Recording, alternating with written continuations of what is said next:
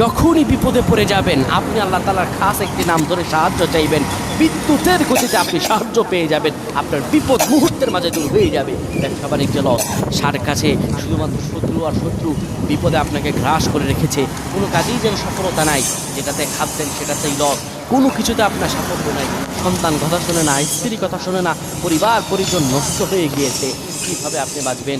প্রবাসে আটকা পড়ে গেছেন, আসতেও পারেন না, কোনো কাজও পাচ্ছেন না, আপনি আমলটা করেন। এই যে আমার কথা না, বিশ্বনবী মোহাম্মদ রাসূলুল্লাহ সাল্লাল্লাহু আলাইহি ওয়াসাল্লামের প্রিয় সাহাবী হযরত যায়েদ রাদিয়াল্লাহু তাআলা আনহু, তিনি একবার মক্কা থেকে হিজরত করে যখন মদিনায় যাবেন, ঠিক সেই সময় বিপদে পড়ে যান।